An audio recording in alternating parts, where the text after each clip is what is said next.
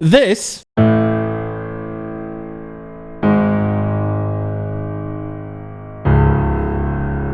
is one of the most famous pieces ever written.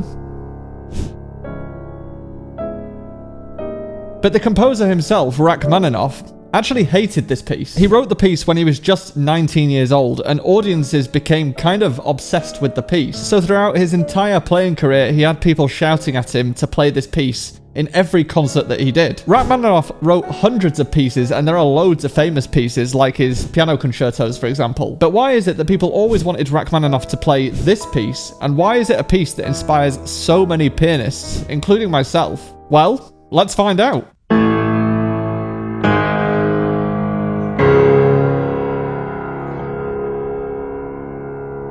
So this is actually Rachmaninoff himself playing the Prelude. This introduction is so fascinating because it's there to grab your attention, right? And for me, these first three notes are probably a large reason why this piece is so popular. Because as soon as you play 3 octaves, very loud, accented, and landing all the way down here, then it's going to grab your attention. And it kind of immediately feels like you're crashing down to the bottom because we're in the key of C sharp minor. And you get note 5 going to note 1.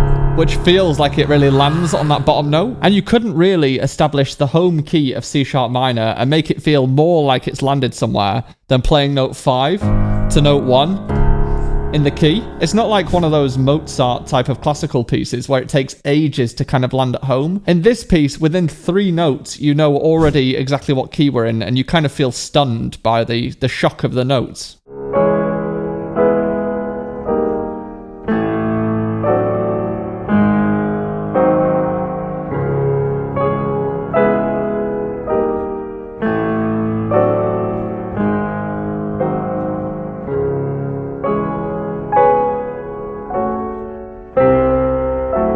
What's interesting is that that same theme comes back over and over again, and it actually makes this quite difficult to play, where you're jumping from and then down again, and then up, and then down, and then up, to these 6-note chords between the hands that are crossing over each other. On top of that, in the music, it's written PPP, which means extremely quiet, and that's kind of hard to do, but I think the idea is that it's supposed to sound completely contrasted with the opening that we had. So it's like it's emerging from the fire or something like that. One thing that we do know about human psychology is that we love repetition. So if you can latch onto something in a piece of music, this is why pop music all has the same repeating choruses, right? If you've got something to latch onto, you can kind of repeat yourself into enjoyment if you just play the same thing over and over again. So when you hear something like this over and over again, here, here,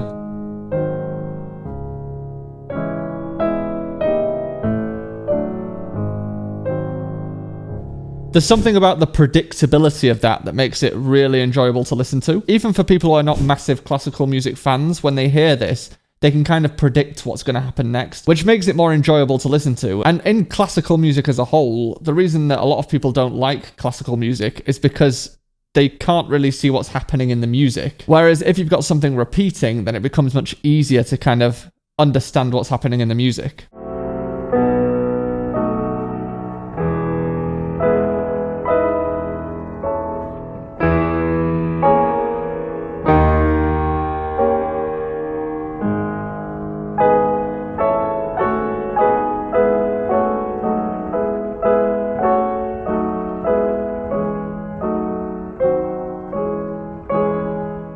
Yeah, so all of this section is using the same distances between the notes in the chord.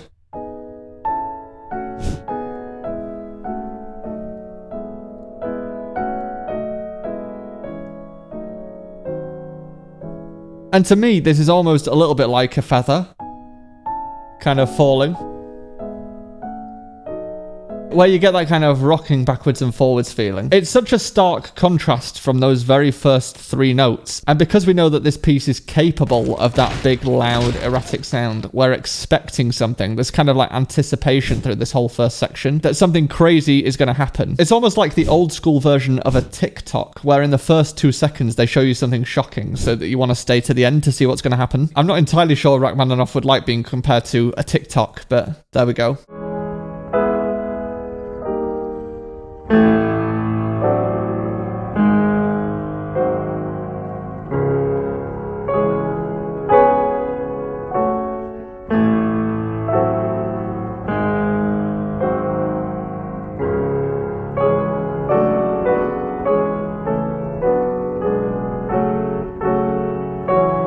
Once again, we get that same repetitive idea. It's kind of the same, but in a different place. Where you've got that kind of feather falling kind of feeling.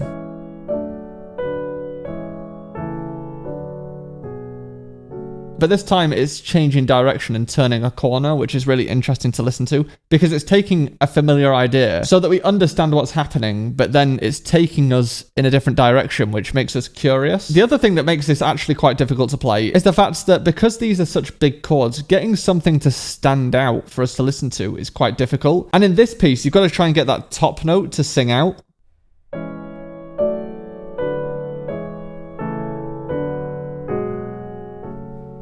Which means you've got to balance your hands, which means to make some notes louder than others. And in this case, it's the top note. Very difficult to do. And I remember when I first learnt this piece, I was struggling to do that myself.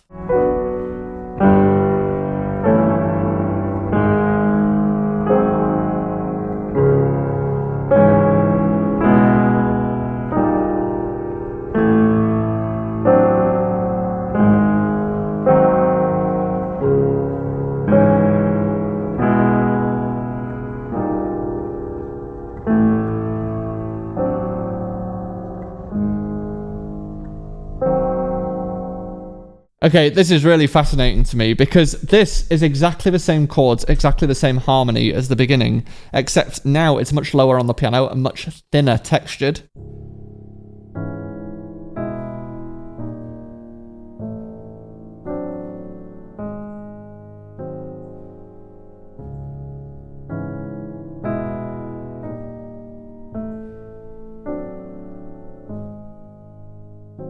And the very fact that it's getting even lower down, it's getting even thinner textured, and you are getting further and further away from those very first 3 notes. It definitely makes it feel like something is about to happen, especially because you actually get something called the dominant 7th as well, which is a type of chord where you expect chord 1 afterwards. So if you're in C sharp minor, you expect C sharp. So the very last chord of this section,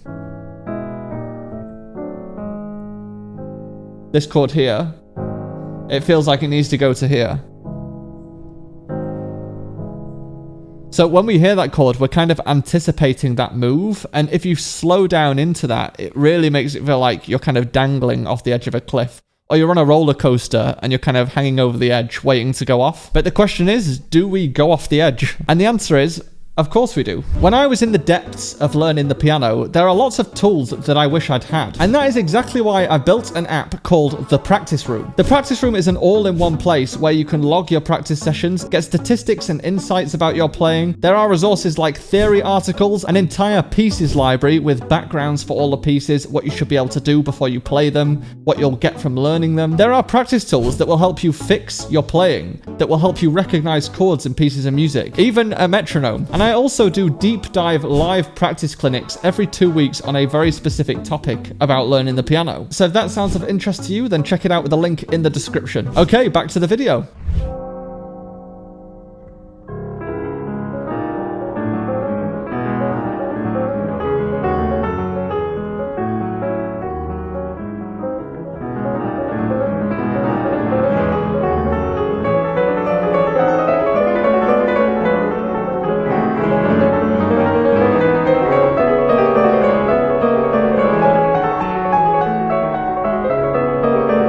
Now, this is also really fascinating to me, although I've said that many times because the entire piece is fascinating. But the way Rachmaninoff plays this, where he's kind of going...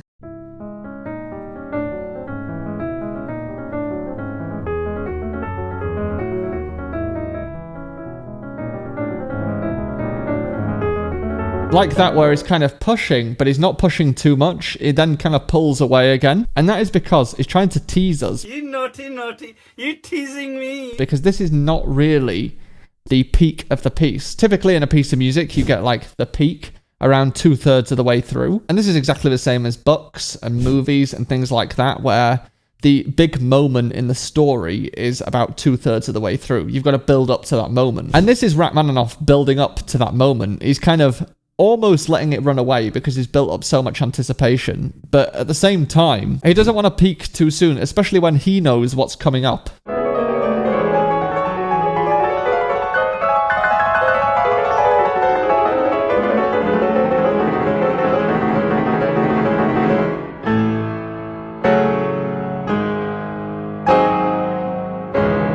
Yeah, so he plays this ridiculously fast at the end there.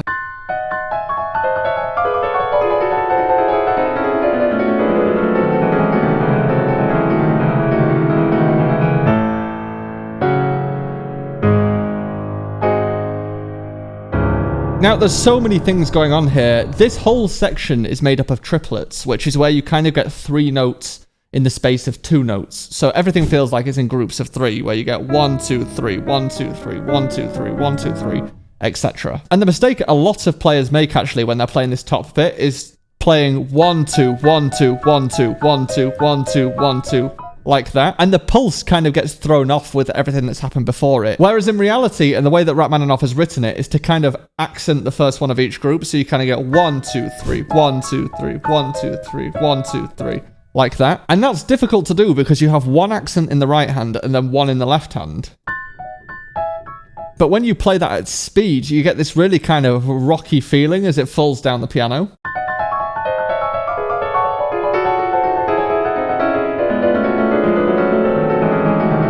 He actually has those accents written all the way through that section of the music. And the other particularly difficult thing about this section of the music is the fact that you have the melody on top of all of these triplet notes. And you have to hold the melody while playing all the triplet notes. For example, at the very beginning, here, this top note here is the melody. So you have to get that to stand out. And then play the other notes while still holding it. Same here. Same here.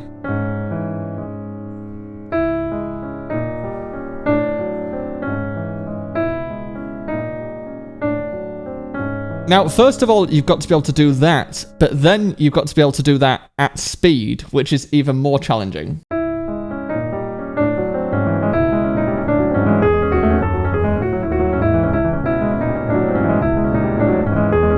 But actually, without the melody and without that note standing out, an audience wouldn't have that much to latch onto. They'd hear the chord qualities like this, but having the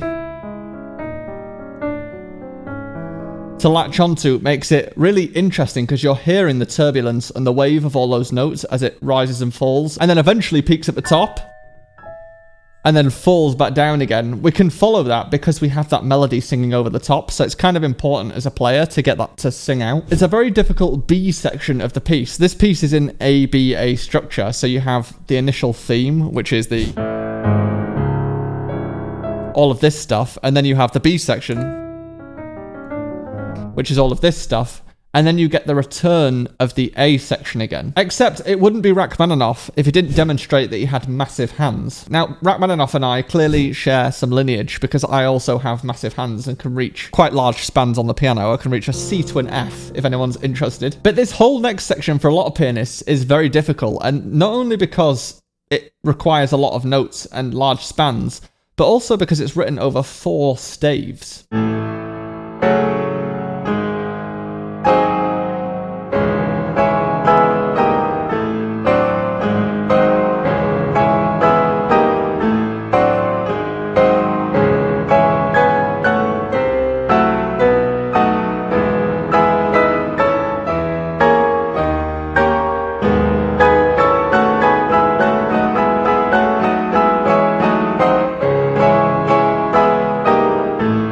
So it's interesting because this is all largely the same material, but instead of playing it like this, you're now playing it like this.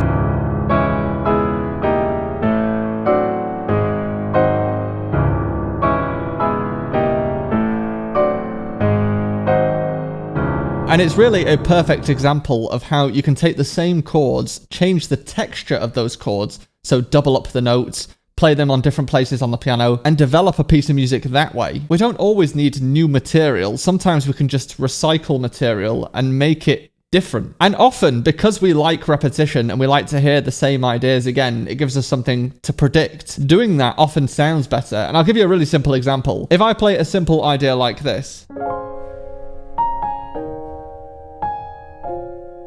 I can play it like that, which is kind of high, twinkly. Or I could play it like this.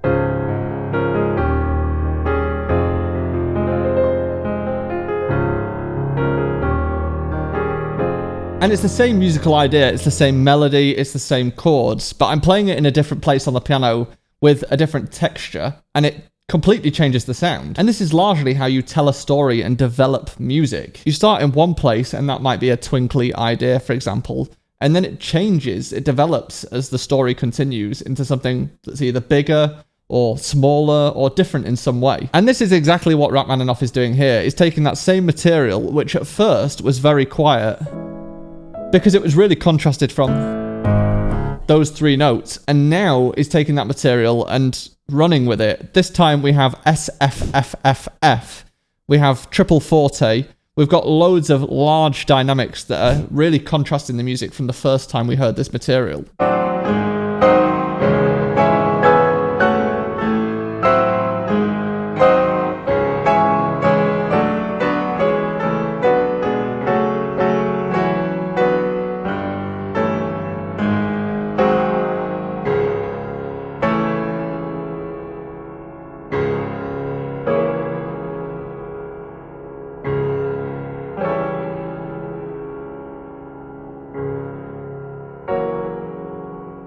Yeah, so this final section for me is my favourite part of the piece, and it's because you can take this in so many different ways. For me, I personally prefer to really reduce the sound and make it sound really ominous, because you've had this massive turbulence. It kind of mirrors what happened at the beginning when you have this sound, and then this emerges from those notes. You can kind of do the same thing at the end, where you get...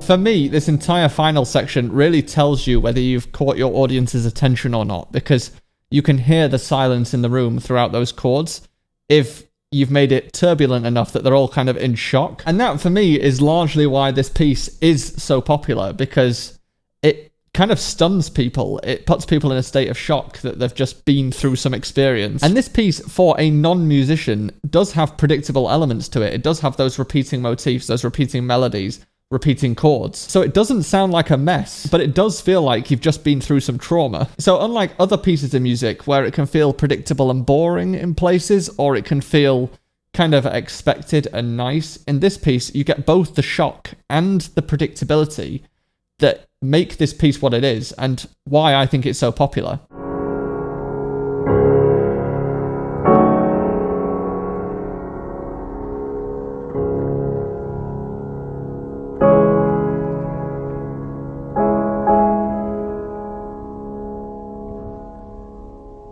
Yeah, so because of the chords that lead up to this final chord, and because of the way that this final chord is played, it feels like the music is kind of lingering in midair. Normally, you'd finish with, as I said earlier, chord 5 to 1, so that you get this. And you'd land there, and that would feel like the piece is finished. So it feels like it should be something like this.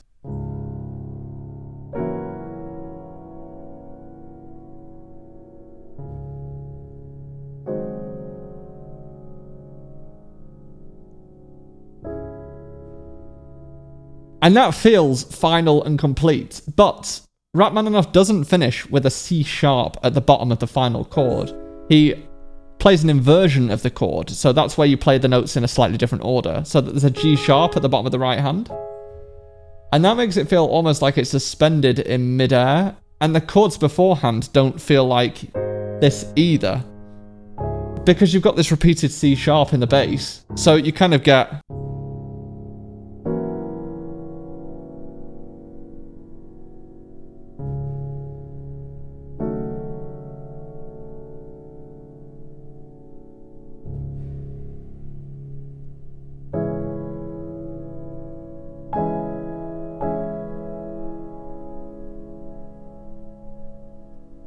And it does feel finished, but it also feels like you're suspended in midair and that you've kind of just been left dazed by the entire piece that's happened before it. So this is a really interesting piece, and it's, to me, really obvious why it's so popular and why it's one of my favourite pieces that I've ever played. And in fact, it's the very first video on this channel. Before I made videos for actual people on YouTube, I did a recording of this piece 11 years ago. And to me, it's still just as interesting today as it was when I played it 11 years ago for that recording. But I can understand for Rachmaninoff why, if he was requested to play it so much, that he would start to dislike it, because it is a very demanding piece. It's quite physically and emotionally draining to play, and if you wrote a piece when you were 19, it can probably be quite easy to feel like your best works are behind you if people are requesting that same piece you wrote when you were only young. But if you want to see my thoughts on how 4 different pianists play Chopin Ballade 1, then head on through, and I will see you there.